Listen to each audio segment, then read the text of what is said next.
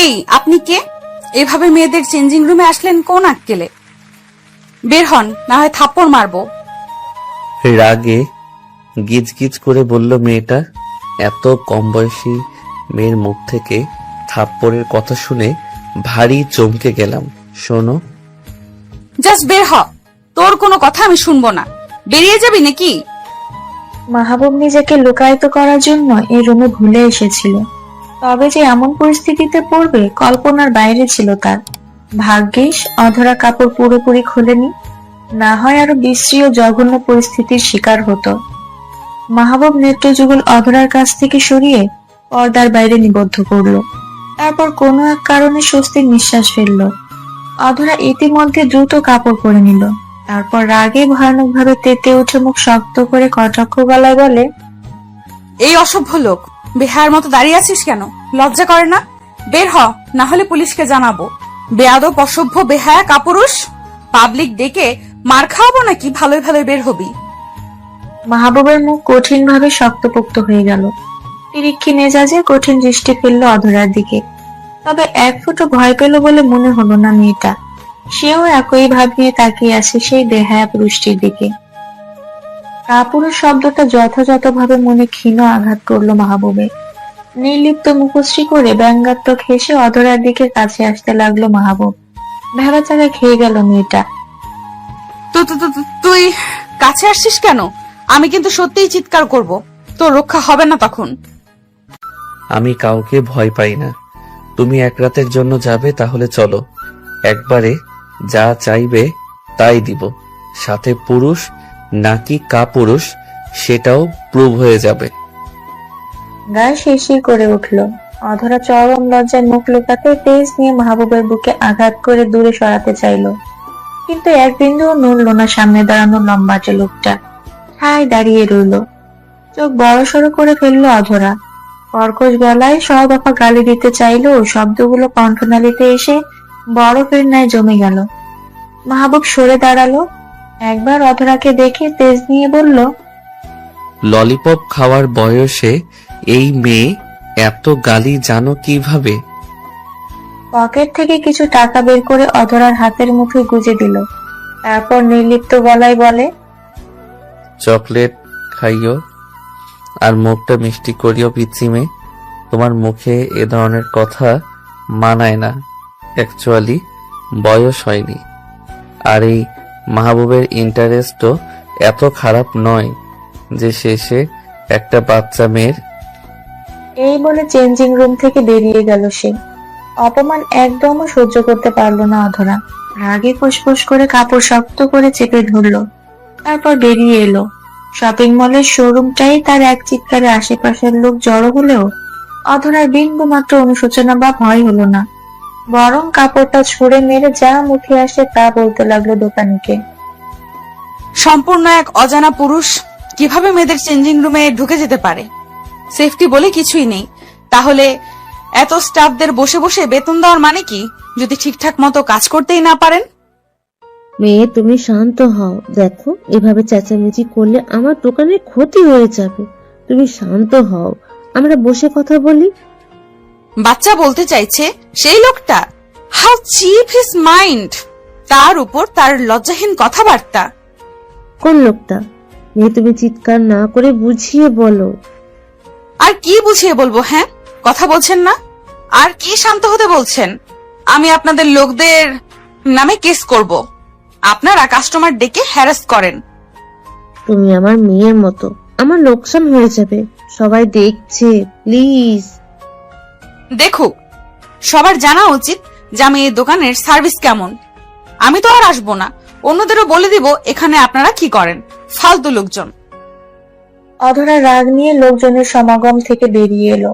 রাস্তায় এসে হাতের মুঠোয় টাকা দেখে আবারও মাহবুবের বাক্যবান মনে তাজা হয়ে ভেসে উঠতেই পুষে টাকাটা রাস্তায় ছুঁড়ে ফেলে দিল। একটা গাড়ি এসে দাঁড়ালো তার সামনে। ছোট ম্যাডাম, উঠে আসেন, আপনার কেনাকাটা শেষ। ও মা, আজ হাত খালি কেন? ব্যাগ কি ভিতরে? রফিক চাচা, আপনি আমাকে আর ছোট ম্যাডাম বলবেন না। আমি কি এখন ছোট আছি? সবাই কিসের জন্য আমাকে ছোট ছোট বলেন? বুঝতে পেরেছি, ম্যাডামের মাথা গরম করে দিয়েছে কেউ। নিজের ভালো বুঝে এখন চুপ থাকাই ভালো। আচ্ছা ম্যাডাম, আপনি গাড়িতে বসেন, আমি আপনাকে বাড়িতে নিয়ে যাই। আমি বড় আপুর বাসায় যাব। অধরা গাড়িতে উঠে বসে। আজ তার আর শপিং করা হলো না। ড্রাইভার রফিক তাকে নিয়ে যাচ্ছে পুষ্প মেনশনে। পুষ্প মেনশনের কলিং বেল বাজতেই ড্রয়িং রুমে বসে থাকা সবাই সদর দরজার দিকে দৃষ্টি ফেলল। অনন্যা দাঁড়িয়ে বলল, আমি দরজা খুলে দিয়েছি। ভাবি রাইট, কেমন আছেন? আমরা সবাই খুব ভালো আছি। তুমি কেমন আছো? দেশে আসছো সেই 4 তারিখ, আর আজ বুঝি আমার সাথে দেখা করার সময় পেলে? আসবো আসবো করে হয়নি, বাট আজ এসে পড়েছি। এমনি তো আসো নাই, তোমার মা বাবা এসেছে এজন্য এসেছো। যাই হোক, ভিতরে আছে সবাই, এসো বসো। মাহবুব এসে সোফায় বসা রোহানের পাশে বসে, যে কিনা সম্পর্কে মাহবুবের চাচাতো ভাই। অনন্যা এবারের নতুন বউ, রোহানের স্ত্রী। ওদের বিয়ের বয়স সবে 5 মাস। মাহবুব রোহানের 4 বছরের ছোট। বিদেশে উচ্চশিক্ষার জন্য বছর কয়েক কাটিয়ে এসেছে সে, তাই ওদের বিয়েতে থাকতে পারেনি। কিন্তু বাড়িতে ফিরেও আসা হয়নি চাচা বাড়িতে। আজই বাবা মা এসেছে, এজন্যই সে আসছে। সবার সাথে সালাম বিনিময়ের পর বসে গল্প করছে। আম্মা, এবার আমরা ভাবছি মাহবুবের একটা বিয়ে করিয়ে দেব, আপনি কি বলেন? হ্যাঁ আম্মা, আমি কিছু মেয়ের সন্ধানও করে রাখছি, যদি মাহবুব তাদের মধ্যে থেকে পছন্দ করে। তোরা নিজেরাই যখন সব ঠিক করে রেখেছিস, তাহলে আর আমাকে বলতে হবে কেন? একসাথে বিয়ের দাওয়াত দিলেই তো হতো। মাহবুবের দাদির রাগ সবাই বুঝতে পারলো। রোহান হাসে। তা তুমি রাজু থেকে আমার আর বাইরে খুঁজতে যাবো না। হ্যাঁ, আমারও তোমাকে অনেক পছন্দ। তাহলে চলো আজ বিয়ে করে ফেলি, কি বলো বউ? শয়তানগুলো বলে কি, আমার কি আর সেই বয়স আছে? আম্মা, আপনি কি চান মেয়ে আমরা না দেখে ছেলেকে ঘরে রেখে দিই? বয়স দেখেছেন? আপনার এক নাতিকে ধরে বেঁধে বিয়ে করানো হয়েছে, ওরও তো বয়স কম হয়নি। আমি সকাল সকাল নাতিপুতির মুখ দেখতে চাই। আহা মিনা, তুমি উত্তেজিত হইও না তো, আম্মাকে আমি বুঝাই বলবনি। হয়েছে, আমাকে আর বোঝানো লাগবে না। তোরা ছেলে মেয়ে বিয়ে করা, কিন্তু মাইয়া যদি দেখে আমার পছন্দ না হয়, তাহলে আমি বিয়েতে থাকবো না। দাদু, আমিও তোমার সাথে একমত। আমরা দুজন বিয়েতে থাকবো না। ঘরে সবাই হাসে। অনন্যা চা নাস্তার ট্রে রাখে। ছেলেটা এসেছে বেড়াতে, আর আপনারা ওকে বিয়ের কথা বলে বিরক্ত করছেন। মাহবুব, তোমাকে আমি ছোট ভাই বলে ডাকি। ঠিক আছে ভাবি, আপনার যেটা ভালো লাগে। আপনি দেখতে অনেক মিষ্টি। আমার ভাই এজন্য বিয়ে করতে রাজি হয়েছে বুঝি। তোমাকেও একটা মিষ্টি বউ এনে দিব, এখন চা খাও। ভাবি, চাচা চাচি কখন আসবেন? আমার একটু বেরোতে হবে, বন্ধুদের টাইম দেওয়া আছে। ওনারা এসেই পড়বেন, তোমরা আসবে জানলে বের হতো না।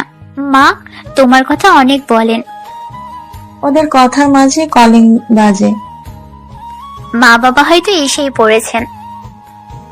আচ্ছা, আমি দরজা খুলে দিচ্ছি।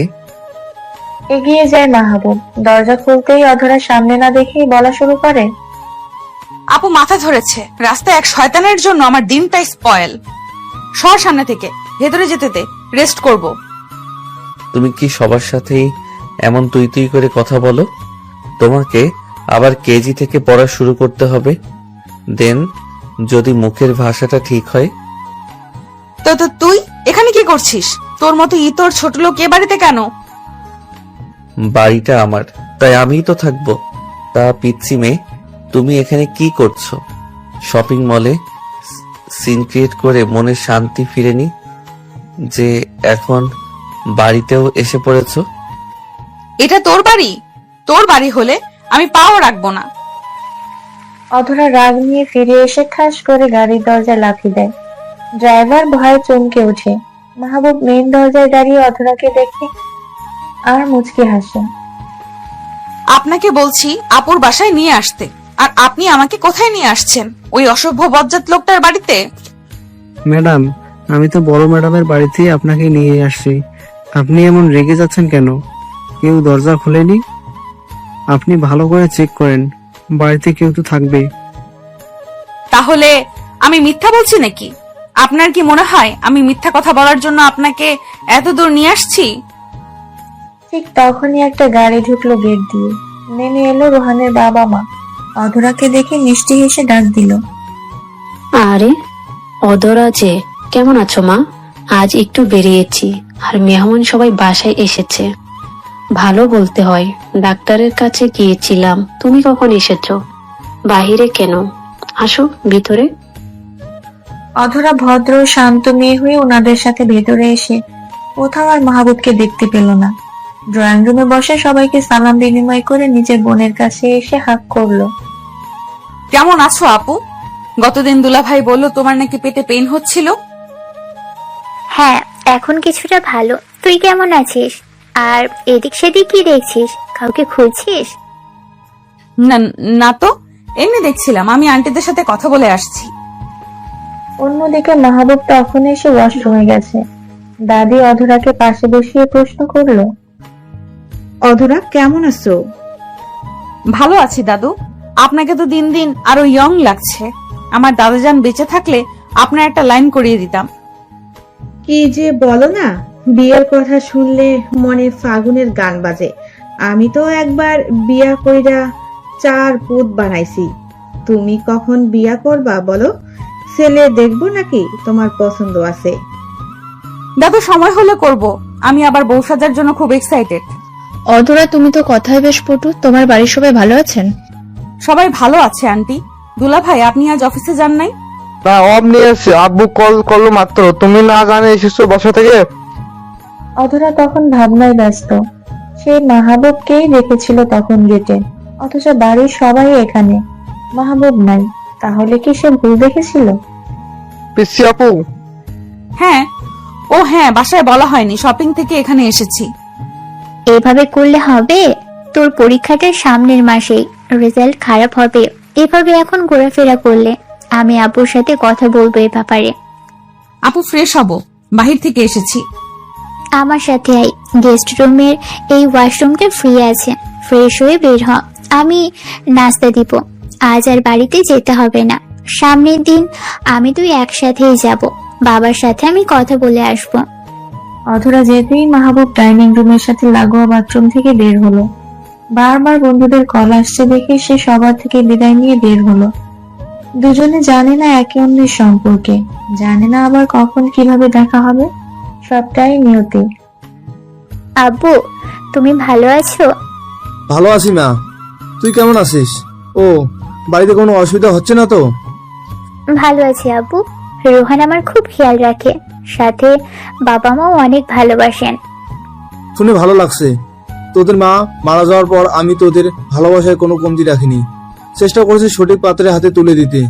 এখন তো ছোট বোনকে নিয়ে আমার যত চিন্তা। আব্বু, আমার দেবর মাহবুব বিদেশ থেকে পড়াশোনা করে দেশে ফিরেছে। আমি তোমার কাছে শুনতে এলাম অধরাকে না হয় সে কিছুদিন টিউটর হিসেবে গাইড করবে, রেজাল্টটা যদি ভালো হয়। এটা তো ভালো কথা, কিন্তু ছেলেটা কি রাজি হবে? রোহান একবার বলে দিলেই রাজি হবে। তোমার পিচ্ছি মেয়ে তো পড়তে বসতে চায় না, তাকে রাজি করাতে হবে। আচ্ছা ঠিক আছে। দুই বাবা মেয়ের কথার মাঝে উপস্থিত হলো অধরার খালামণি, যে সম্পর্কে বর্তমানে অধরার স্টেপ মাদার। আশরাফ খানের ধারণা ছিল মা মরা মেয়েদের হয়তো খালামণি মায়ের আদর দিয়ে বড় করতে পারবে, কিন্তু যখন বিয়ে করে রহিমা বেগম বোনের সংসারে আসেন, তার রূপ পাল্টে যায়। তিনি ভালোবাসা তো দূর, বরং অধরা অনন্যাকে পছন্দই করেন না। উনি এসেই অনন্যার উদ্দেশ্যে বাক্য ছুড়লেন। কিরে অনন্যা, শ্বশুরবাড়ি থেকে কতদিন পর আবার বাড়িতে এলি? বাবার খোঁজ তো নিয়েছিস।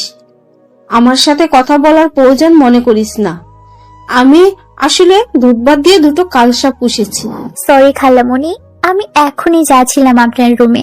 বাবার সাথে প্রথম দেখা হয়েছে, অধরাও রুমে চলে গেছে এসেই, তাই বাবার সাথে দুটো কথা শেষ করে আপনার ঘরে যেতাম।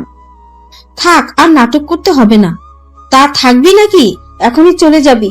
যদি না থাকিস তাহলে আর তোর জন্য রান্নার আয়োজন করতে বলবো না। শুধু শুধু সার্ভেন্ট গুলোকে খাটাতে আমার ভালো লাগে না। আহা, কি শুরু করছো তুমি রহিমা?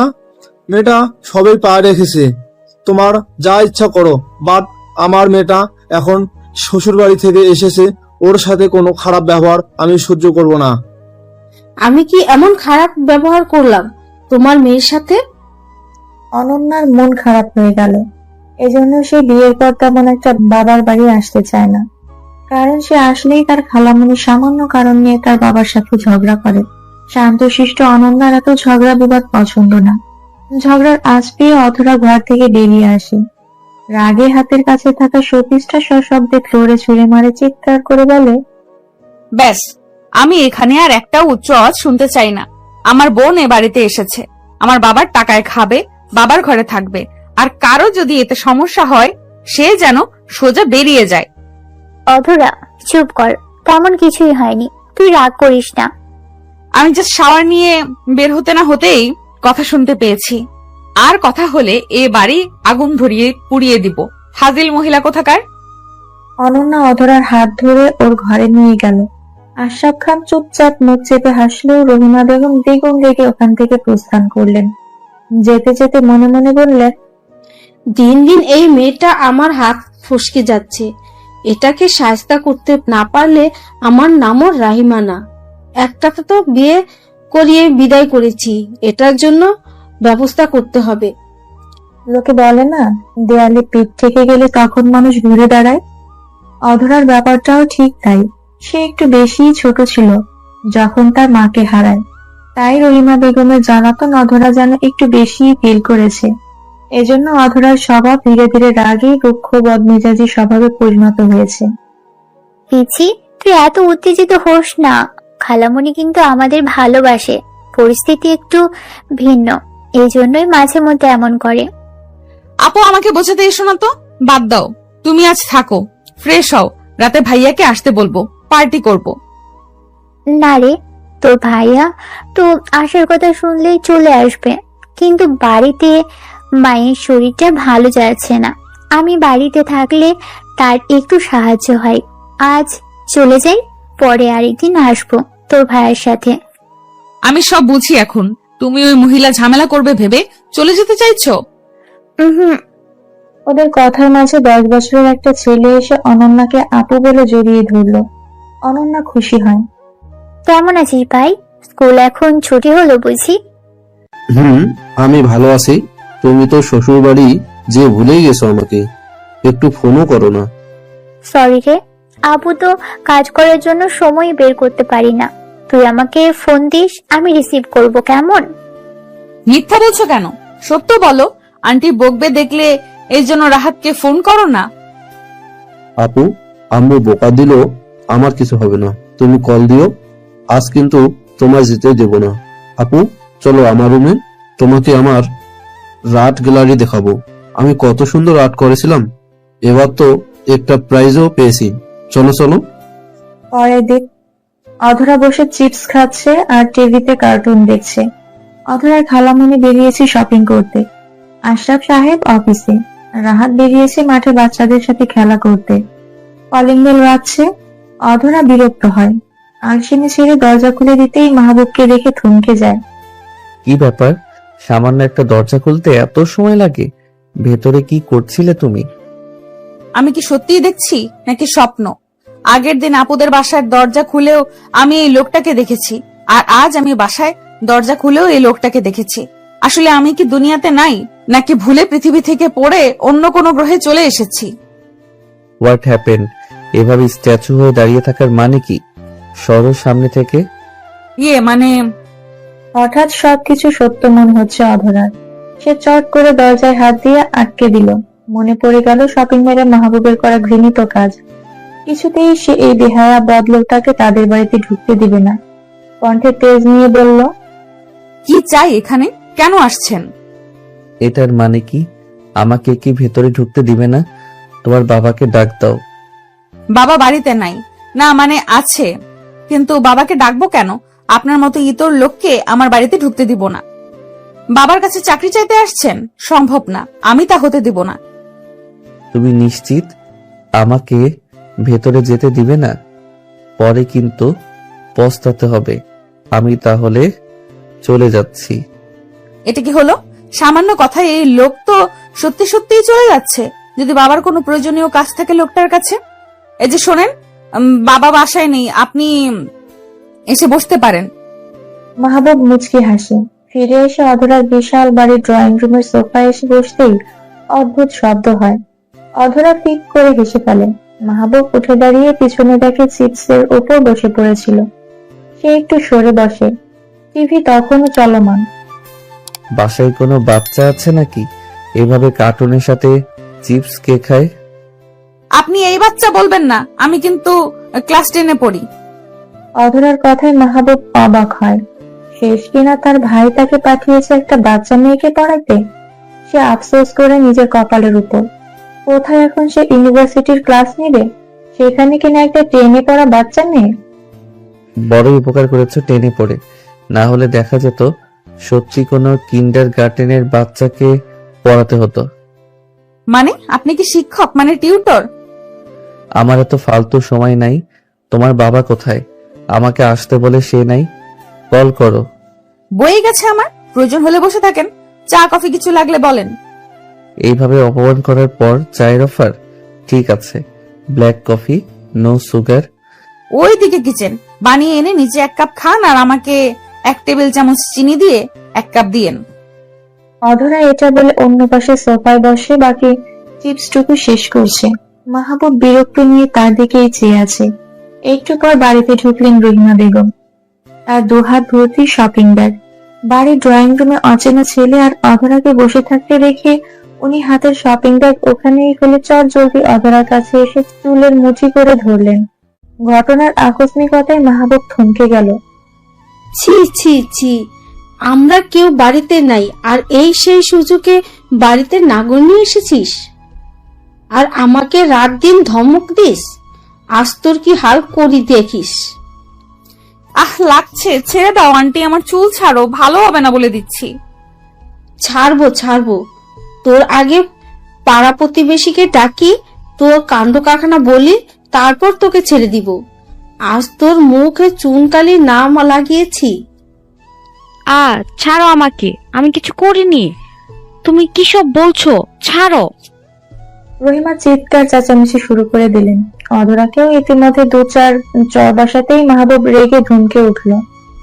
এই কি করছেন কি আপনি? শুধু মহিলা মানুষ দেখে আমি কিছু বলছি না। ছাড়ুন মেয়েটাকে। এভাবে এসে মারছেন কেন? ছাড়েন বলছি। রহিমা বেগম ছাড়লেন তো না, বরং উচ্চ আওয়াজে চেঁচামেচি শুরু করে দিলেন। আশেপাশের সবাই এসে হাজির হতেই রহিমা ছেড়ে দিল অধরার মুঠি করা চুল। লোকজন এসে রহিমা বেগমের কথায় বিশ্বাস করলেন। জোর করে মাহবুবের 2 হাত পেছনে মুড়ে বেঁধে দিলেন। সাথে অধরাকে আরো কয়েকটা চড় দিলেন। অধরার মাথা ঘুরে উঠল। ফ্লোরে হাঁটু ভেঙে বসে পড়ল। রহিমা বেগমের সঙ্গ দিলেন পাশের বাসার চাচি আসমা বেগম। ছি ছি, আশরাফ ভাই কত ভালো মানুষ, আর 2 মেয়ে হয়েছে শেষে কিনা চরিত্রহীন। ঠিক বলছেন ভাবি। শুনেছিলাম বড়টা বেশি বাড়াবাড়ি করেছিল, দেখে অঘটন ঘটানোর আগে বিয়ে করাই দিয়েছে। আর এখন ছোটটা বাড়িতে দিন দুপুরে পুরুষ মানুষ এনে ফষ্টি নষ্টি শুরু করেছে। ছি ছি। জানি না কতদিন ধরে এসব করছে, আজ তো হাতে নাতে এসে ধরেছি। বাড়ি থেকে একটু বেরোতে পারিনি, নোংরামি শুরু করে দিয়েছে। এই সবাই মেরে এই দুটাকে এলাকা ছাড়া করো, এদের জন্য আমাদের ছেলে মেয়েদের বদনাম হবে। ভাবি, হাজার হলো আমি মায়ের মতো বড় করেছি ওকে। আমি বলি কি দুজনের বিয়ে করিয়ে দেই, তারপর যেখানে যাবে যাক, না হলে আবার কোথায় যে কি খারাপ কাজ করে বেড়ায়। হ্যাঁ হ্যাঁ, ঠিক বলেছেন ভাবি, এই কাজটা কো। আপনারা কে আমাকে জাজ করার? আর কেউ ফালতু কথা বলবেন না। আশরাফ সাহেবকে ডাকেন, আমি তাকে এক্সপ্লেনেশন দিয়ে দিব। দেখেছেন ছেলের ভাব, অন্যায় করেও মুখে কোনো অনুশোচনা নাই। কিসের অন্যায়? আপনারা এভাবে আমাকে হ্যারাস করছেন, আমি পুলিশে কমপ্লেন করব। হ্যাঁ হ্যাঁ, তা তো করবেই। পুলিশ আমরা ডাকবো। আমার বাড়িতে নোংরামি করতে যে ধরা খেয়ে আমাকেই পুলিশের ভয় দেখাও? এই ভাই, কাজী ডাকেন, এক্ষুনি ওদের বিয়ে দেব। আন্টি, বাবাকে ফোন করেন। বাবা যদি বলে বিয়ে করতে, আমি করে নিব, কিন্তু বাবাকে ছাড়া আমি কিছুই করব না। তাই তুমি আমাকে আরো মারবে, মারো। রহিমা বেগম আরো মিথ্যা কথা বানিয়ে বললেন সবার মাঝে। আশেপাশের লোকজন রহিমা বেগমের থেকে বেশ খেতে পারেন, এজন্য সব কথাই তাকে সাপোর্ট করেন। আশরাফ সাহেবকে কল করে মিথ্যার ঝুলি খুলে বললেন। টেনশন নিয়ে অফিস থেকে 10 মিনিটে বাসায় এসে দেখেন ঘটনা খুব ক্রিটিক্যাল। মাহবুব, তুমি আমার মেয়েকে বিয়ে করে নাও, না হলে সমাজে আমার মেয়ে মুখ থাকবে না। আঙ্কেল, আপনিও? এটা সম্ভব নয়। আমি কোনো পাপ করিনি, ভুল করিনি, আর এত ছোট বাচ্চা একটা মেয়েকেও আমি বিয়ে করতে পারবো না। তুমি বিয়ে না করলে এরা তোমাকে ছাড়বে না, বোঝার চেষ্টা করো। পুলিশ ডাকবো আমি, আমার গার্ডিয়ান আছে।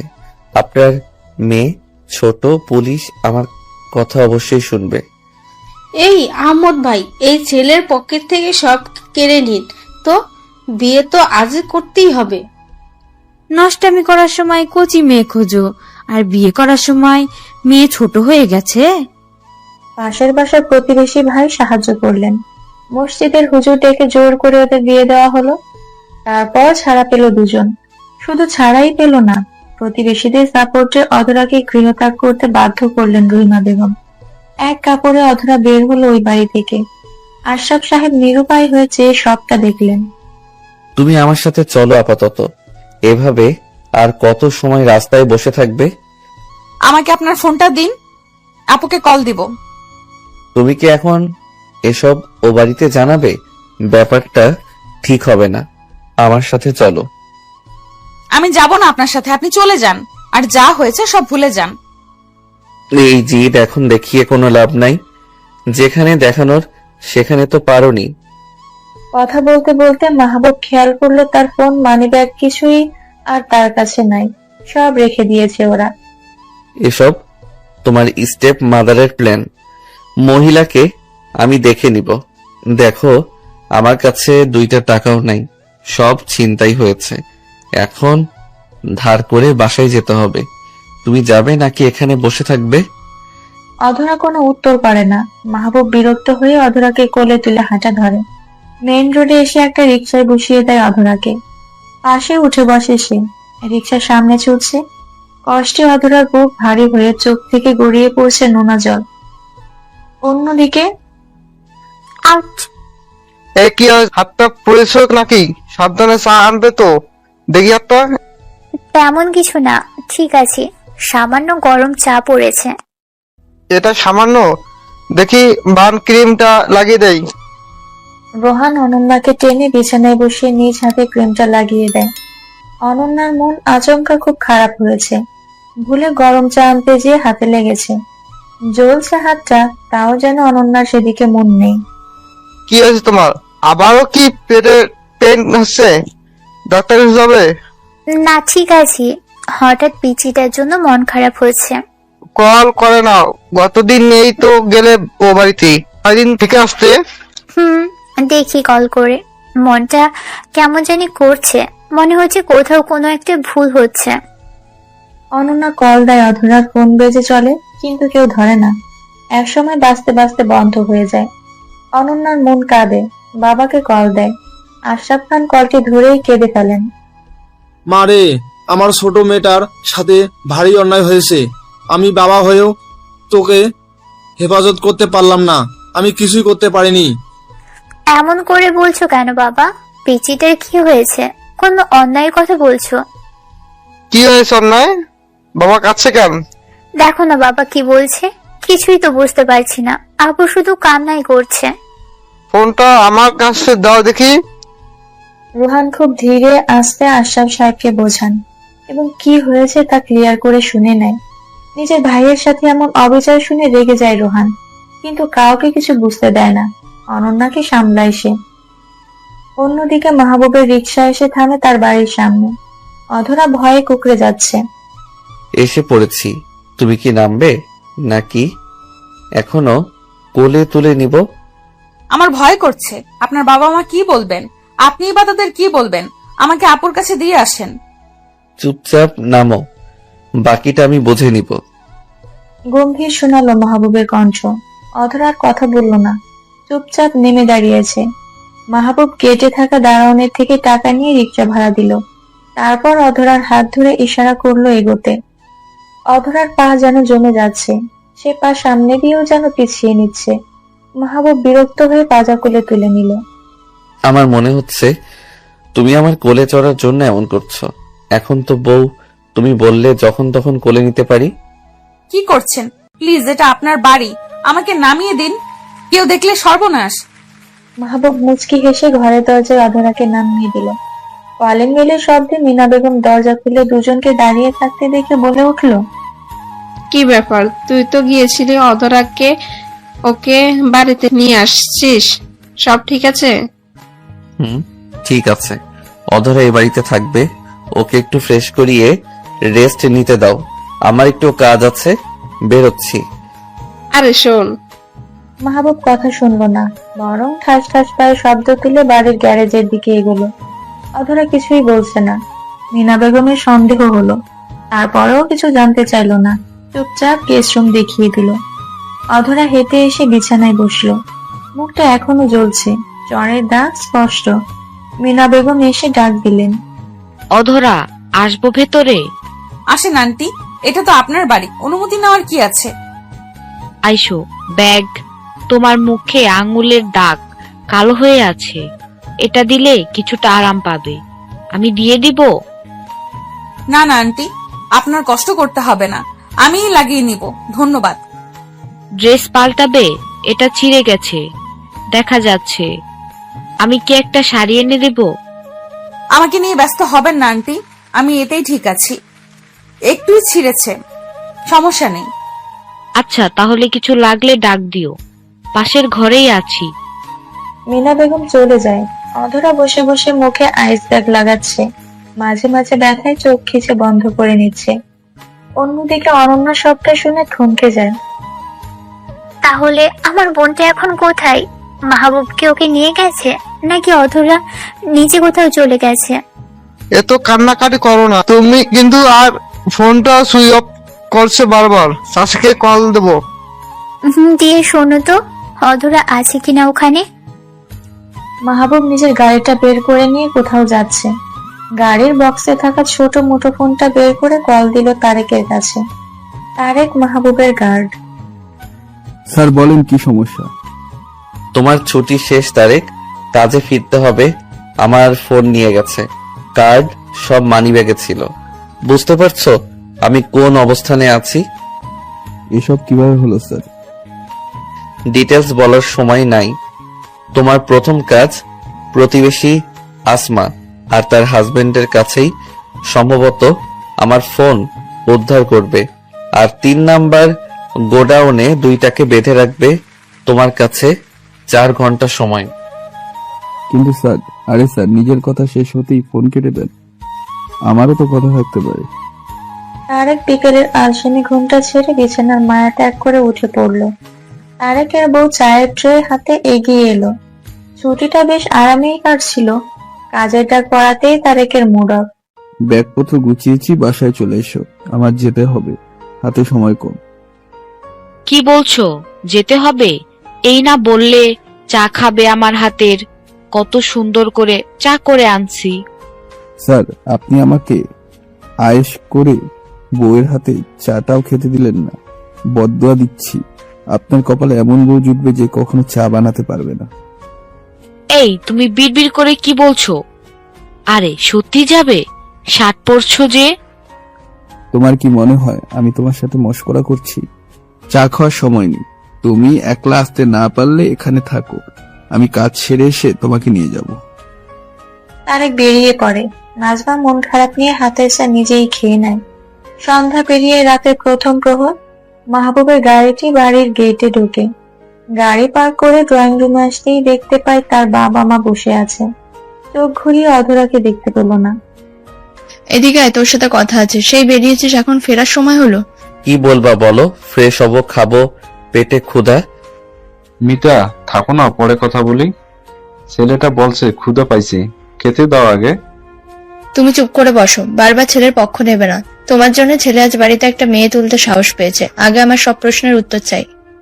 আচ্ছা ঠিক আছে, বাবা বলে দে তো, মেয়েটাকে তোর কোথা থেকে তুলে আনছিস? ওর বাড়ির লোক জানে? তুই কি ওকে বিয়ে করতে চাস? আমার কিন্তু মেয়েটাকে ভারী পছন্দ হয়, কিন্তু তোর মা পছন্দ করে না। একদমে কথাটুকু বলে থামলেন মইনুল সাহেব। মাহবুব মুচকি হাসে, মায়ের হাতে একটা সাদা কাগজ তুলে দেয়। মিতা বেগম ভ্রুকুচকে তাকায়। এটা কিসের কাগজ? আম্মা, আমার চাকরি হয়ে গেছে। এখন থেকে তোমার ছেলে প্রফেসর মাহবুব আলম। এটা আমার জন্য গর্বের, কিন্তু এখন আমি অধরা সম্পর্কে শুনতে চাই। এসব বলে আমাকে ভড়কানো যাবে না। রোহানের শালি তোর সাথে কেন? ওকে বলছি, অধরাকে আমি বিয়ে করেছি। ওদের পাড়ার ইমাম সাহেব আমাদের বিয়ে পড়িয়েছেন। এখন থেকে ও এ বাড়িতে থাকবে। আর কিছু? আমি বিশ্বাস করি না। অধরা কেন তোকে বিয়ে করবে? বিয়েতে রাজি করানোর জন্য তুই কি ওকে মেরেছিস, তুলে আনছিস জোর করে? আম্মা, তুমি আমাকে এত খারাপ ভাবো নাকি? ওই পিচ্ছি একটা মেয়েকে আমি কেন মারতে যাব? ওর স্টেপ মম আছে না, রহিমা বেগম, উনি মারছেন। আর কোনো প্রশ্নের উত্তর দিব না। রুমে যাচ্ছি, খাবার পাঠাও, রেস্ট নিব। এই মিতা, ছেলে কি আমার সত্য বলে গেল? অধরা কি তাহলে আমাদের পুত্রবধূ? আমি এই বিয়ে মানবো না, কখনোই না। ওই পিচ্ছি চতুর রাগী মেয়েটা আমার ছেলের জীবন শেষ করে দেবে। আমি এটা হতে দেব না। মাহবুব নিজের ঘরে যাবে ভেবে গেস্ট রুমে এলো। অধরা শুয়ে আছে। অধরা ভাবছে এবারও মিতা বেগম এসেছেন খাবার খাওয়ার জন্য ডাকতে, তাই চুপচাপ আছে। কিন্তু মাহবুবকে ঢুকতে দেখে চমকে উঠে বসে। ও আপনি? আমি ভেবেছি আন্টি এসেছেন। রাতে খেয়েছো? কথাটুকু বলে মাহবুব অধরার পাশে বসে। চমকে যায় অধরা, কিন্তু ধীরে বলে, খেয়েছি। আপনি আমাকে আপুর বাসায় দিয়ে আসেন। এই নাও, ওষুধ খেয়ে নাও, পেইন কমে যাবে। লাগবে না।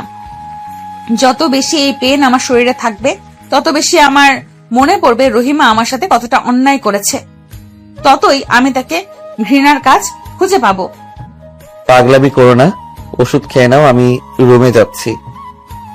মাহবুব উঠে নিজের ঘরে চলে যায়। ঘন্টা পেরোয়।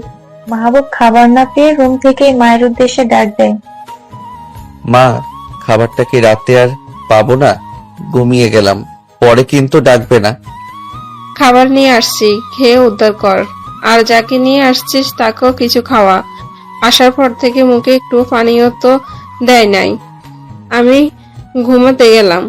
আর হ্যাঁ, এই ঘরেই থাকবে। মায়ের কথায় মাহবুব পিছে ফেরে। তার মায়ের হাতে খাবার, আর তার পাশে দাঁড়ানো অধরা। মাহবুব মায়ের কথাটুকু বুঝতেই বসা থেকে দাঁড়িয়ে পড়ল।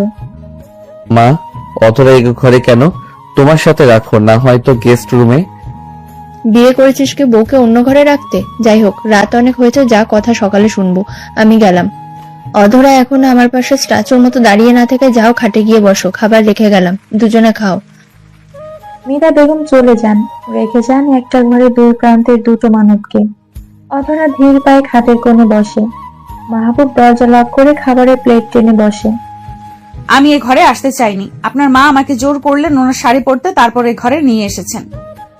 তখন যে বলছো তুমি রাতে খেয়েছো, মিথ্যা বলছো। মিথ্যা বলা আমার সহ্য হয় না। এরপর থেকে আমাকে আর মিথ্যা বলবে না। খেয়ে নাও। অধরা আর কথা বলে না, চুপচাপ খেয়ে নেয়। মাহবুবের ঘরের লাইট অফ করে দিতেই অধরা যেন চমকে ওঠে, কিন্তু কিছু বলে না। অধরার মনে অজানা ভয়।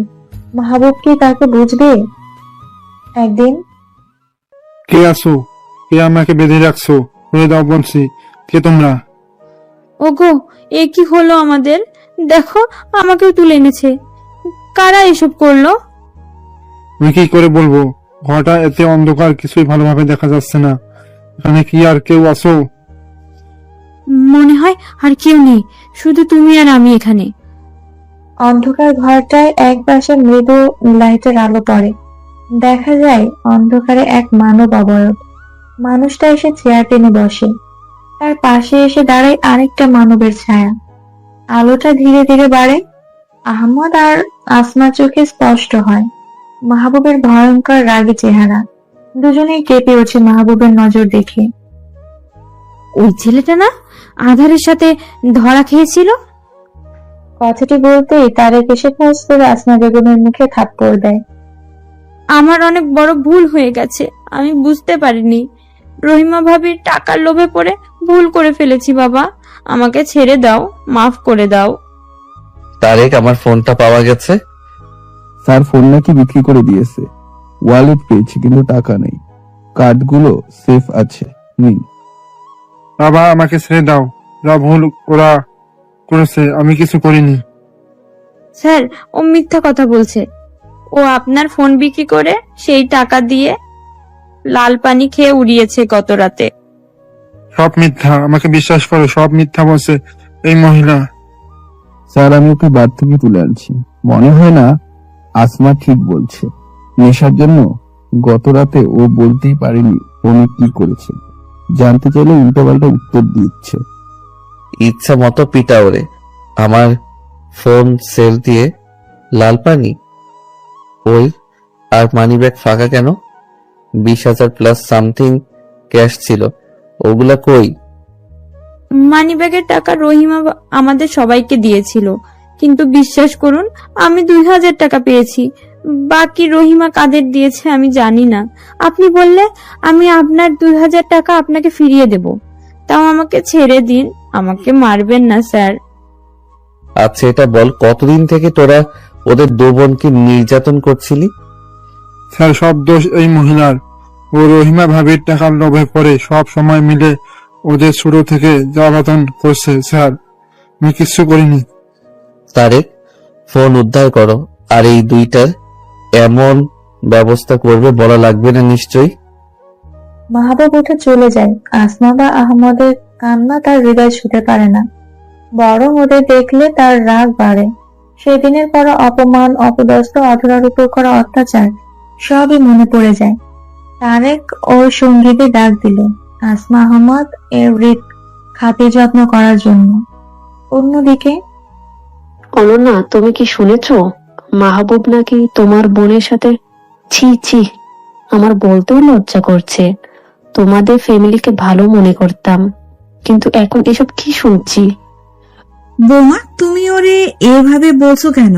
ও কি করছে? আর অন্যের কথায় কান না দিয়ে নিজের কাজ করো। আম্মা, সব সময় আপনি আমাকে চুপ করাতে পারবেন না। আমি তো এসবের কিছুই জানতাম না।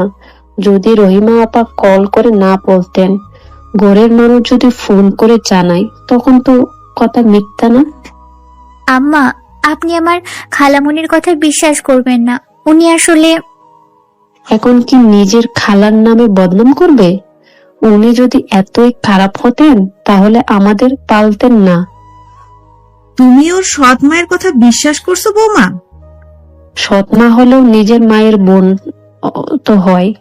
সে সত্য বা মিথ্যে যাই বলুক, বদনাম তো হয়েছে, তাই না? আর এতে আমাদের ফ্যামিলির কথা উঠবে, স্বাভাবিক। আমাকে মাফ করে দিন আম্মা। আমার বোনটা ছোট, অবুঝ। অবুঝ কোথায়? বলো ভালো বুদ্ধিমান, না হলে মাহবুবের মতো ছেলেকে পাশাতে পারে? যেমন দেখতে সুন্দর তেমন তার পড়াশোনা, আর ফ্যামিলিও তোমার চেয়ে হাই ক্লাস। বৌমা, তুমি তোমার কাজে যাও তো। আম্মা, কাজে তো যেতে পারছি না। কিভাবে পারবো বলেন? যে দেখছি সেই বলছে তোমার নতুন বউয়ের বোনের নাম কি শুনছি, তোমার দেওয়ারের ছেলের সাথে নাকি ধরা খেয়েছে। নিজের বউকে দেখে শুনে আনছিলে তো? এ ধরনের কথা আমার সবার থেকে শুনতে হচ্ছে। আমি কিভাবে সব বাদ দিব? তাই বলে কি তুমি ঘরে অশান্তি করবে নাকি? দাদি, আপনি আমার সাথে তর্ক করেন না। ভুল আমার বোনের সাথে আমারও। তাই ওনার যা বলতে ইচ্ছে হয় আমাকে বলুক, আমি ক্ষমা চাচ্ছি। যত সব ন্যাকামি, যা আমি একদম পছন্দ করি না। রুহানি বেগম শেষ কথাটুকু বলে নিজের রুমের দিকে চলে গেলেন। অনন্যার চোখে জল ভরে ওঠে। দাদি তাকে সান্ত্বনা দেয়। অন্যদিকে অধরা মন খারাপ নিয়ে বসে আছে। মাহবুব এসে তার সামনে এক গাঁটটি বই রাখতেই অধরা চমকে যায়। এগুলো কি? এত বইপত্র কেন? আমার বউ হতে গেলে আগে নিজের যোগ্যতা প্রমাণ করো। সবটা তোমার স্টার্ট করো। পরীক্ষা দেওয়ার চিন্তা আছে কি নেই? আপনার বউ হওয়ার আমার কোনো ইচ্ছা নাই। আমি আর পড়াশোনা করব না, পরীক্ষাও দিব না। ঠিক আছে, রোহন ভাইকে ফোন করে বলি যে তুমি রাস্তায় বা গাছতলায় থাকতে চাইছো, কারণ পড়াশোনা ছাড়লে আমি তো জায়গা দিবই না, আর রোহানও যে দিবে না তা আমি এনশিওর করব। রাস্তা আরেকটা অবশ্যই আছে, তোমার ওই রহিমা আন্টি। অধরা বিরক্তি ফিল করলো, কিন্তু অপশন নাই দেখে আর নাকচ করতে পারলো না। মাহবুবের সিরিয়াস ফেস দেখে সে ধরেই নিয়েছে পড়াশোনা না করলে সত্যিই তার জায়গা রাস্তার গাছতলা। কল্পনা করতেই অধরা যেন ভয় পেল। নীরবতা সম্মতি লক্ষণ ধরে নিয়েছি, তাহলে সামনের দিন থেকে আমার ড্রাইভার তোমাকে স্কুলে নিয়ে যাবে, নিয়ে আসবে, আর আমি কলেজ থেকে ফিরে তোমাকে নিয়ে বসবো। শিডিউল করে নিও কোন চ্যাপ্টারে সমস্যা হয়, এসে দেখবো। এখন ফ্রেশ হয়ে খেতে আসো। আমার ভালো লাগছে না, আপনি খেয়ে আসেন। এক কথা দুবার বলবো না, সোজা তুলে নিয়ে যাব। অধরা মনে মনে মাহবুবকে আচ্ছা মতো বকে চোখে মুখে পানি দিয়ে খেতে আসে। লাঞ্চের টেবিলে সবাই বসে আছে। মইনুল সাহেব অধরাকে দেখে মুচকি হাসি দিলেও মিতা বেগমের মুখের রং বেজার। মা, তোমার কি কি খাবার পছন্দ বলো, আমি বিকেলে বাজার করতে যেয়ে নিয়ে আসবো।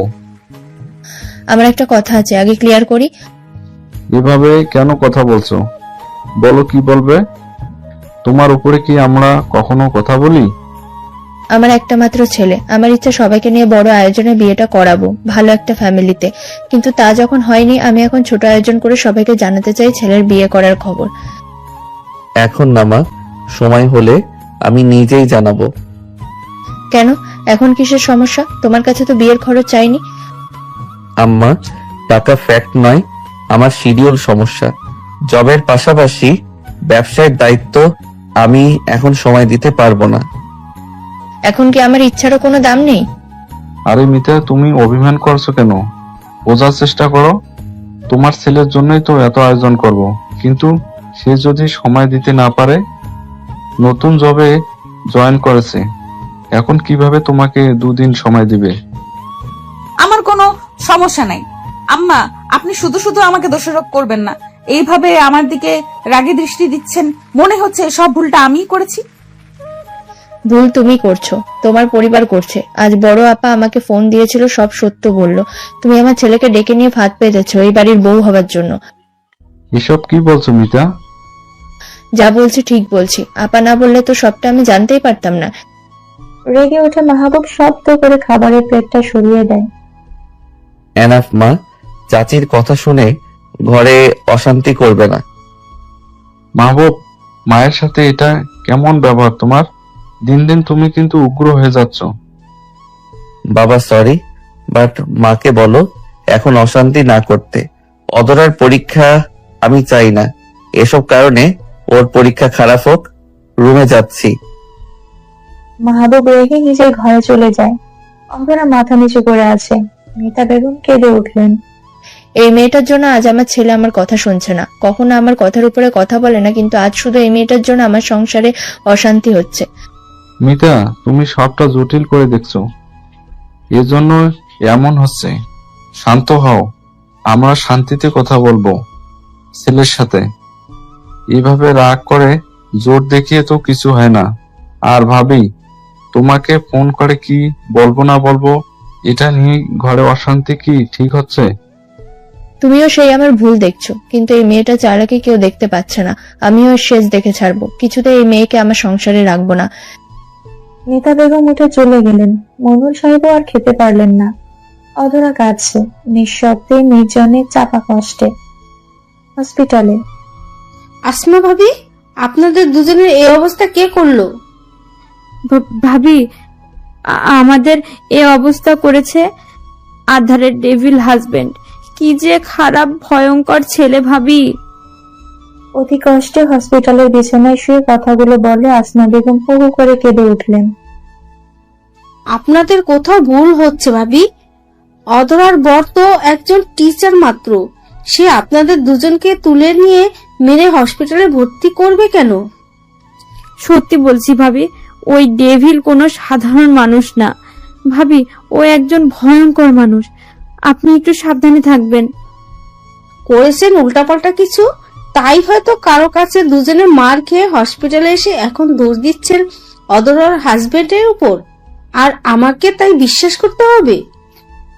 আমার কথা বিশ্বাস না হলে আপনার ভাইয়ের কাছে যে শুনেন। আচ্ছা ঠিক আছে, যাই হোক, থাকেন তাহলে শুয়ে। আমার লেট হয়ে যাচ্ছে, এখন আমি আবার পরে আসব। রহিমা বেগম হসপিটাল থেকে বের হলেন। আহমদকে রাখা হয়েছে পুরুষ ওয়ার্ডে। ওখানে আর গেল না রহিমা বেগম, সোজা এসে গাড়িতে বসলো। মনে মনে ভাবছে সে, সত্যি যদি মাহবুব এমনটা করে তাহলে আমাকে আরো সাবধান হতে হবে। ছেলেটাকে তো ভেবেছিলাম ভদ্র, কিন্তু কি হচ্ছে বুঝতে পারছি না। তবে অধরার সংসার আরেকটু বিষ ছিটাতে হবে, ওর শাশুড়ির সাথে কথা বলতে হবে। মা হাতে থাকলে ছেলে আমার কিছুই করতে পারবে না। এই অবহেলায় তুমি কোথায় গেছিলে রহিমা? ছেলেটা এসে তোমাকে খুঁজে পাচ্ছে না, জানে না এই সময় ছেলেটা স্কুলে থেকে ফিরে। বাড়িতে ঢুকতেই আশরাফ সাহেবের কণ্ঠে রহিমা কোনো প্রতিক্রিয়া করলো না। এটা যেন তার কাছে খুব সাধারণ ব্যাপার। একটা কাজ গেছিলাম, তোমাকে বলতে বাধ্য নই। ছেলে আমার, আমি বুঝে নিব। দিন দিন তুমি অতিরিক্ত বেপরোয়া হয়ে যাচ্ছ রহিমা। ভেবো না আমি কিছু বলছি, দেখো তুমি যা খুশি করবে। এই কি করবে তুমি? আমার কি করবে বলো? বুড়ো বেটা আসছে আমাকে ধমকাতে। শুনো, বেশি কথা বলে না। মামলা করে 14 শিখের ভাত খাওয়াবো, আর তোমার 2 মেয়ের জীবন আমি ধ্বংস করে দিব। শুধু 2 মেয়ের জন্য আমি এতদিন সবকিছু সহ্য করছি। এখন যদি তুমি আর কিছু করার চেষ্টা করো তাহলে আমার খারাপ রূপ দেখবে। কি খারাপ রূপ দেখাবে? হ্যাঁ, বেশি কথা বলো না। ঘাড় ধাক্কা দিয়ে এ বাড়ি থেকে বেরিয়ে দিব। ভুলে যেও না, বাড়িটা এখন আমার নামে, আর তোমার কোম্পানি, ওসব কিছু আমার ছেলের হবে খুব শীঘ্রই। তোমার ভালো চেহারার মুখোশ আমি অন্ধ হয়ে বাড়িটা তোমার নামে লিখে দিয়েছিলাম। ভুল করছি আমি। তোমার সাথে কথা বলার কোনো মুড নাই আমার। রুমে যাচ্ছি। দেয়ালের আড়ালে দাঁড়িয়ে রহিমা বেগমের ছেলে সবটাই শুনে চুপচাপ হয়ে নিজের ঘরে এসে শুয়ে থাকে। ছোট এই বাচ্চাটার মানসিক চাপের কথা কেউ কখনো ভাবে না। অনন্যা, অধরা বাড়ি থেকে চলে যেয়ে সে যেন আরো একলা হয়ে গেছে। অন্যদিকে অধরা, এগুলো কি করছো তুমি? মন কোন দিকে থাকে? হ্যাঁ, বারবার বুঝিয়ে দেওয়ার পরও ভুল লেখো কিভাবে? সরি স্যার, আমি আসলে বুঝতে পারছি না। পড়াতে বসে মাহবুব বেশ বিরক্ত। অগা একটা ছাত্রী অধরা, পড়ায় শুধু ফাঁকিবাজি করে এতদিন পার করেছে। ফাইনালের রেজাল্ট খারাপ হবে ভেবে মাহবুব নিজে নিয়ে বসেছে তাকে পড়াতে, কিন্তু বারবার ভুল করায় সে এবার ধমক দিল। এইবার লাস্ট, এরপর না পারলে সোজা বেতের বাড়ি হবে। আপনি এত স্ট্রিক্ট কেন? একদিনে কি সব শেখানো যায়? সারা বছর ফাঁকিবাজি করলে কঠিন তো লাগবেই। চুপচাপ বুঝে নাও। আজ স্কুল গেছিলে? বলছি যে প্রতিদিন স্কুল যেতে হবে কেন? বাসাতেই পড়ি, শুধু পরীক্ষাটা দিয়ে আসবো। সকালে আমি বেরোনোর আগে বলে গেছি তোমাকে স্কুলে যেতে, যাওনি কেন? শরীর ভালো লাগছিল না। আবার মিথ্যা। ধমক দিল মাহবুব। অধরা ভয়ে বলে দিল। মিতা বেগম নানান কাজ দিয়ে তাকে বের হতে দেয়নি। মাহবুব রাগে মুছে করে নেয়, নিজেকে শান্ত করে। রাতের বেলা মাহবুব আসে ডিনার করতে। অন্যদিনের মতো সবাই একসাথে খেতে খেতে মাহবুব জানায়, মা, এতদিন জানতাম এ বাড়িতে 2টা কাজের খালা আছে। সবার নিজের কাজ নিজে করার পর বাকিটুকু খালারাই করে দেয়। কেন, কি হয়েছে? তোর কোনো কাজ বাকি আছে নাকি? বল, আমি করিয়ে রাখবো। সামনের দিন অধরা স্কুলে যাবে। যদি ওকে দিয়ে তোমার কোনো কাজ থাকে তাহলে এখন দাও, ও করে রাখবে। সকালে কোনো কাজ করতে পারবে না। আর যদি অধরা একলা কাজ সম্পূর্ণ না করে পারে, বাকিটুকু আমি করে দিব। ও, তো বর বাড়িতে ফিরতে না ফিরতেই আমার নামে কান পড়া দেওয়া হয়েছে? না না মা, ভুল বুঝবেন না। আমি ওনাকে কিছু বলিনি। উনি শুধু জানতে চাইছেন স্কুলে কেন যায়নি। যাওনি কেন? তোমাকে কি আমি বেঁধে রেখেছি? না মানে মা, কথা বেশি বাড়াতে চাই না। অধরা, খাওয়া শেষ করে রুমে আসো। হালকা গরম পানি নিয়ে এসো তো। বাবা তুই তো বেশি কিছু খেলি না, দেখ তোর পছন্দের পাবদা রেঁধেছি। হয়ে গেছে মা, আর খাবো না। সব সময় সবার পছন্দ এক থাকে না। আমি এখন এসব মাছ খেতে পছন্দ করি না। আমার জন্য খাবার ফেলে যাবেন না, খেয়ে নিন। আমি এরপর থেকে মায়ের সব কথা শুনে চলবো, আর আপনারও। আমাকে নিয়ে আর আপনাদের মাঝে সমস্যা তৈরি হতে দিব না। অধরা উঠে চলে যায়। মাহবুবের ফোনটা নিয়ে নিজের বাবাকে কল দেয়। আশরাফ সাহেব মেয়ের কণ্ঠ শুনে কেঁদে ফেলেন। মা কেমন আছিস? তোর শ্বশুরবাড়ি সবাই মেনে নিয়েছে তো? বাবা, সবাই অনেক ভালো। তোমার শরীর কেমন আছে? ভালো আছি মা। তোদের দু বোনের জন্য আমি কিছুই করতে পারি নাই, আমি ব্যর্থ বাবা। বাবা, আমি মেসে থাকতে চাই। তুমি কি খরচাটা দিতে পারবে? এখানে থেকে স্কুল যেতে অনেক দূর হয়ে যাবে, এই জন্য ভাবছি কাছাকাছি মেসে থাকবো। আমি সব ব্যবস্থা করে দিব, কিন্তু মাহবুব রাজি হবে? উনি হয়তো খুশি হবেন। বাবাকে বলো আমিও ভালো আছি। অধরা চমকে পিছে দেখে মাহবুব বুকে হাত গুজে দাঁড়িয়ে আছে। অধরা নিলিবিলি কথা বলার জন্য ফোনটা নিয়ে ছাদে এসেছে, কিন্তু মাহবুব এখানে আসবে ভাবেনি। সে দ্রুত ফোনটা কেটে দেয়। ফোনটা কেটে দিলে কেন? না মানে কথা শেষ হয়ে গেছে। নিন আপনার ফোন। আচ্ছা অধরা, এই 3 তলার উপর থেকে যদি কাউকে ছুঁড়ে মারা হয় তাহলে ঠিক কি হবে বলো তো? কাকে ছুড়ে মারতে চান আপনি? তোমাকে। আর একবার যদি শুনেছি হোস্টেলে থাকার কথা বলছো, ঠিক এখান থেকে ছুঁড়ে মারবো। শোনেন, আমি এখানে থাকলে ঝামেলা হতে থাকবে। আমি এসব পছন্দ করি না, আমার এসব পছন্দ না। শান্ত নীরব আছে মানে এটা না আমি কিছু বলতে পারি না। সব সমস্যা মিথ্যা অপবাদ নিতে আমার ভালো লাগে না। আর আমি বুঝে গেছি, হাজার করলেও আমি দুটো মানুষের কখনোই প্রিয় হতে পারবো না। এই পিচ্ছি, মাথায় এত চাপ নিও না, চলো ঘরে। পরের দিন। কি ব্যাপার, গাড়ির লক খুলছে না কেন? বের হব কিভাবে? রফিক, আমি গাড়ির লক খুলতে পারছি না, হেল্প করো। সরি ম্যাডাম, আমি তা করতে পারবো না। আমি এখন আসি, আপনি থাকেন বসে। আপনার সাথে কেউ দেখা করতে আসছে। এটা কেমন অসভ্যতা রফিক? তোমার কি চাকরি হারানোর ভয় নাই? আপনার মতো খারাপ মানুষের চাকরি আমি করতেও চাই না। আপনি এখানেই লক থাকেন, আমি আসি ম্যাডাম। রফিক মাঝ রাস্তায় গাড়ি রেখে চলে যায়। ভেতরে বসে রহিমা বেগম চেষ্টা করছেন বের হতে, পারছেন না। হঠাৎ এক গাড়ি এসে রহিমার গাড়ি ধাক্কা দেয়। রহিমা বেগমের কপাল কেটে রক্ত চুইয়ে পড়ে। সে ভয়ে চিৎকার করে। কয়েক সেকেন্ড পর কাচের জানালায় তারেকের ফেস দেখতে পায় রহিমা। কে তুমি? হেল্প করো, আমাকে গাড়ি থেকে বের হতে সাহায্য করো। আপনাকে সাহায্য করতেই তো আমি এসেছি, চলুন তবে হেল্প করি। তারেক ওখান থেকে রহিমা বেগমকে তুলে আনছে। অন্ধকার ঘরে বেঁধে রাখে, ঠিক যেমনটা রেখেছিল আসমাকে। অন্যদিকে স্যার, আপনি এখানে? আমার স্কুলে কেন এসেছেন? এখানেও আমাকে স্যার বলবা? কি বলবো, কেন এসেছেন? এদিক কাজে এসেছিলাম, ভেবেছি দেখা করে যাই। নাও তোমার জন্য চিপস নিয়ে আসছি। ও, ক্লাস শেষ, এখনই বাড়ি যাব। চলো আমার সাথে তাহলে, গাড়িতে উঠে বসো। আপনি সত্যিই কাজে এসেছিলেন? তুমি এত প্রশ্ন করো কেন? আমার সাথে যেতে না চাইলে নিজের মতো যেতে পারো। আমাকে নিতে এসেছেন বললে আপনার দাম অর্ধেক কমে যাবে না? সত্য বলতে আপনিও শিখুন। তাই না? আজকাল তোমার বড় সাহস বেড়েছে। চলো শপিং করতে যাই, হাতে কিছুটা সময় আছে, কেনাকাটা করে বাড়ি ফিরবো। মাহবুব অধরাকে নিয়ে শপিং মলে আসে। একই দোকান দেখে অধরা লজ্জা পায়।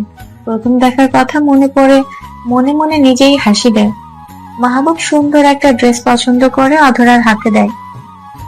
এটা ট্রাই করে দেখো। আচ্ছা। অধরা চেঞ্জিং রুমে ড্রেস পরিবর্তন করে ঘুরে দাঁড়াতেই দেখে মাহবুব বুকে হাত গুজে তার ঠিক পিছনেই দাঁড়িয়ে আছে। অধরা চমকে যায়। আপনি এখানে? এটা সুন্দর লাগছে, কিন্তু এটার জিপার খোলা, আমি সেট করে দেই? মানে না, লাগবে না, আপনি বাইরে যান। এতটুকু শক্তি নিয়ে আমাকে ঠেলে বের করতে পারবে না, শুধু শুধু ট্রাই করছো। তুমি আমার বউ, আমি তোমার জন্য এতটুকু করতেই পারি। লাগবে না, আপনি বাইরে যান। ঠিক তখন বাহির থেকে দোকানি আওয়াজ দেয়, ম্যাডাম কোনো সমস্যা? আমাকে বলুন, ভেতরে কি অন্য কেউ গেছে? ম্যাডাম আমি কি ভেতরে আসবো? ইস, দোকানি আপনাকে এখানে দেখলে আমার লজ্জায় পড়তে হবে। কেন এসেছেন? আমি সমস্যার সমাধান করে দেই, ওনাকে যেতে বলবো? তার চেয়ে বরং চুপই করে থাকুন। ম্যাডাম আপনি উত্তর না করলে আমি ভেতরে আসতে বাধ্য হব। আন্টি, আমি ঠিক আছি, ভেতরে কেউ আসেনি, আপনি যেতে পারেন। উনি যেতেই অধরা উকি দিয়ে দেখে বের হয়। মাহবুব মুচকি হেসে অধরা পাশাপাশি বের হতেই দোকানি মহিলা সামনে এসে দাঁড়ায়। ম্যাডাম আপনি না বললেন ভেতরে একা, তাহলে উনি কে? দেখুন আমাদের দোকানের কিছু নিয়ম কানুন আছে, এভাবে আপনি একটা ছেলেকে মেয়েদের চেঞ্জিং রুমে নিয়ে যেতে পারেন না। আপনি কি নোটিশ লেখাটা পড়েন নাই? সরি আন্টি, আমি এই পিচিটার হাজবেন্ড, আমি নিজ থেকে ওখানে গেছিলাম। দোকানি আর কিছু না বলে ওখান থেকে চলে যায়। অধরা শপিং হাতে মাহবুবের পিছু পিছু এসে গাড়িতে উঠে বসে। মনটা তার আজ অনেক ভালো লাগছে। অধরা বাড়িতে ঢুকতেই মিতা বেগম এগিয়ে আসেন। অধরার হাতের দিকে তাকিয়ে ভ্রু কুঁচকে বলে ওঠেন, স্কুলের নাম করে কোথায় ঘুরে বেড়াচ্ছ? এবারের একটা মান সম্মান আছে, এভাবে যেখানে সেখানে ঘুরে ফিরে বেড়াবে না। মা, আমি তো থাকার বলতে হবে না, ফ্রেশ হয়ে কিচেনে আসবা, রাতে রান্না করব, সব গুছিয়ে দেবে। গাড়ি পার্ক করে মাহবুব এসে তার মায়ের কথা শুনে মিতা বেগম খেয়াল করেনি তার ছেলেও বাড়িতে এসেছেন। হঠাৎ মাহবুবকে দেখে তিনি মুখের কথা ফিরিয়ে নেন। আমি বলছি অধরা ফ্রেশ হয়ে খেতে আসো। মা, দয়া করে আমার সামনে আর নাটক করো না। আমার লাস্ট একটা কথা শুনে রাখো, অধরাই আমার ওয়াইফ, কোনো কিছুর বিনিময়ে আমি ওকে ছাড়বো না। তাই অযথা চেষ্টা করো না ওকে আমার জীবন থেকে দূর করার। এতে তুমি না আমার মন থেকে দূর হয়ে যাও, বরং অধরাকে অ্যাকসেপ্ট করতে শেখো। না হলে আমি বলতে পারছি না কতদিন আমি তোমাদের সাথে থাকতে পারবো। মা, আপনার ছেলের কথায় কিছু মনে করবেন না, আমার কোনো সমস্যা নেই, আমি এক্ষুনি সবটা আপনাকে গুছিয়ে দিব। আর আমার ছেলের সামনে আমাকে খারাপ বানিয়ে এখন আদিক্ষেতা দেখাতে হবে না, যাও এখান থেকে। কাকিমা ভালো আছেন? আপু, অধরা দৌড়ে তার বোনকে জড়িয়ে ধরে। অনন্যার চোখেও পানি। কেমন আছো পিচিটা? ভালো। তুমি এতদিন পর আসছো কেন? কাকিমা, আমার বোন কি কোনো ভুল করেছে যে আপনি তাকে ধমকাচ্ছেন? না আপু, তুই ভুল বুঝছিস। তুমি এখানে গোয়েন্দাগিরি করতে এসছো, বিচার করবা আমার? তোমার বোন আমার ছেলেকে ঠকিয়ে এবারের বউ হয়ে আসছে, এখনো ঘাড় ধাক্কা দিয়ে তোমার বোনকে বের করে দিনি, এটা কি কম না? কাকিমা, আমার বোন জোর করে যদি এমন করে থাকে তাহলে আপনার ছেলেকে ডাক দিন, আমি আমার বোনকে সঙ্গে করে নিয়ে যেতে চাই। এখানে থেকে অপমান অপদস্থ হতে দিব না আমার বোনকে। কি ব্যাপার, এখানে কি হচ্ছে? ভাবি, আপনি কখন এসেছেন? দেখ, এখন তোর বউয়ের বোন এসেও আমাকে বেশি কথা শোনাচ্ছে, এসব দেখার জন্যই তো আমি ছেলে এত বড় করছি।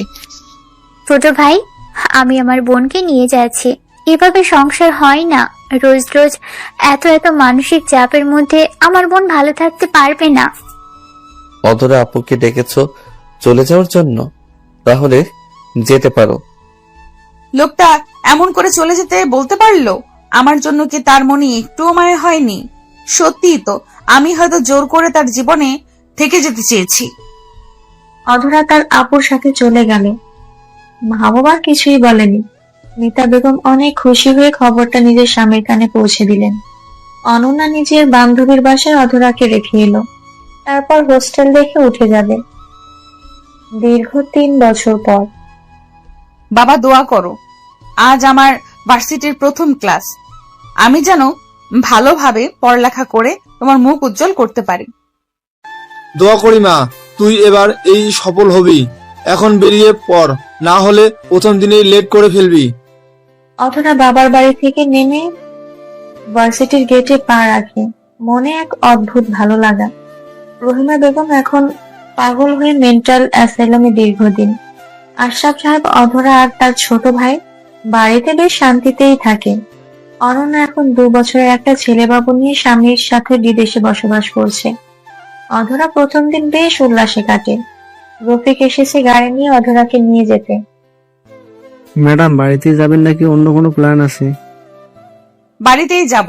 সামনের দিন শপিং এর জন্য বের হব। ভার্সিটি আসার জন্য আরো কিছু ড্রেস নিতে হবে। ঠিক আছে ম্যাডাম। রফিক গাড়ি স্টার্ট দিবে, ঠিক এমন সময় কেউ গাড়ির দরজা খুলে অধরার পাশে শব্দ করে বসে পড়ে। অধরা চমকে ওঠে। আমাকে ছাড়া বেশ ভালোই দিন কাটে তোমার। আপনি এখানে? রফিক চাচা গাড়ি চালান, আজ শ্বশুর বাড়ি যাব। অনেকদিন শ্বশুরের খোঁজ নেওয়া হয় না। আচ্ছা স্যার। কোথা থেকে এসেছেন? অফিস থেকে, মানে টিচার্স অফিস। নিউ কামার, এজন্য জানো না। আমি বর্তমানে এখানের প্রফেসর। ও, আপনার বাবা মা ভালো আছে? ভালো, শুধু আমি ভালো নেই।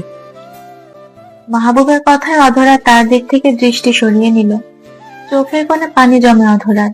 3টা বছর অনেকটা দিন। লোকটার সাথে তার কোনো দেখা নেই, কিন্তু এক মুহূর্তের জন্য তাকে ভুলতে পারেনি। আজকের এই অনাকাঙ্ক্ষিত দেখাই অধরার কান্না পায়। মাহবুব সিটে গায়ে নিয়ে চোখ বন্ধ করে নেয়। দুজনে চুপচাপ, আর কোনো কথা নেই। স্যার, আমরা পৌঁছে গেছি। ধন্যবাদ চাচা। আপনি ধীরে ড্রাইভ করছেন, সাথে আমি ভালো একটা ঘুমও দিতে পারছি। ম্যাডাম, আপনি কি গাড়িতেই বসে থাকবেন? আপনি যান, আমি পরে আসছি। কেন, পালানোর ইচ্ছা আছে নাকি? তা হবে না, একসাথেই ভেতরে যাব। চলেন। এভাবে বলছেন কেন? আচ্ছা ঠিক আছে, চলেন। তবে হ্যাঁ, বাবা জানতে চাইলে বলবেন একা এসেছেন, আমি কিন্তু আপনাকে আনি নাই। ও, তো এই ব্যাপার। ওকে, চলো ভেতরে। অধরা বাড়ির ভেতরে এসে অবাক হয়ে যায়। ড্রয়িং রুমে বসে আছে মাহবুবের মা বাবা, তার বাবা, ছোট ভাই সহ রোহানের মা বাবা। সালাম বিনিময় করে অধরা চুপচাপ নিজের ঘরে চলে যায়। ঢাপ করে বিছানায় বসে পড়ে। এত লোক কেন বাড়িতে? হঠাৎ ওনারাই বা কেন এসেছেন এখানে? কিছুই তো বুঝতে পারছি না। আমি বুঝিয়ে দেই। এই, আপনি আমার রুমে চলে এসেছেন? তুমি আর আমি কি আলাদা? এক হলাম কখন? তাহলে আজ হব। ওনারা সবাই এসেছেন আমাদের বিয়ের উদ্দেশ্যে। তোমাকে সারপ্রাইজ দিতে চেয়েছি। মা নিজের ভুল বুঝতে পেরেছেন। আমরা আজ কাজী ডেকে লিগ্যালি বিয়ে করতে চলেছি। তৈরি হয়ে নাও, এটা তোমার ড্রেস। একদম না, আমি আপনাকে আর বিয়ে করব না। যে সম্পর্ক একবার শেষ হয়েছে সেটা আর নতুন করে সম্ভব না। সম্পর্ক শেষ করার তুমি কে? আমি অনুমতি দেইনি। আমি করব না বিয়ে। হ্যালো তারেক, তোমার ম্যাডাম আমাকে বিয়ে করবে না বলছে। বাগান বাড়িতে বাসর সাজাও। আপনার কি কানে সমস্যা? বললাম না বিয়ে করব না, তারপরও ফোন করে কি সব বলছেন? কারণ বিয়ে করলে বাড়িতে বাসর করতাম, আর বিয়ে না করলে তুলে নিয়ে যাব। বাড়িতে তো উঠতে দিবে না, তাই অন্য ব্যবস্থা। আপনাকে আমি না মানে কিছু না। কাছে আসছেন কেন? দূর হন বলছি, না হলে আমি কিন্তু। লাস্টবার জানতে চাইছি, বিয়ে করবে নাকি তুলে নিয়ে যাব? বাইরে যান, আমি তৈরি হব। আমার পিচ্ছি বউটা সহজে বুঝে গেছে। Just 15 minute. 1 মিনিট বেশি লাগলেও সময় দিতে পারবো না। 15 মিনিটে তৈরি হয়ে ড্রয়িং রুমে আসবে। মাহবুব হেসে বেরিয়ে যায়। অধরা মুখ ভেঙচি দেয়। 15 মিনিট মগের মুল্লুক নাকি? পারবো না। ডেভিল গুন্ডা একটা। আপনার প্রফেসর না হয়ে মাস্তান হওয়া উচিত ছিল, কিন্তু কি আর করার। দিন শেষে এই ডেভিল গুন্ডাটাকেই আমার মন ভালোবাসে। হ্যাঁ, খুব বেশি ভালোবাসি। হয়তো কখনো তার সামনে বলা হবে না। আমি জানি সেও আমাকে ততটাই চায় যতটা আমি তাকে চাই।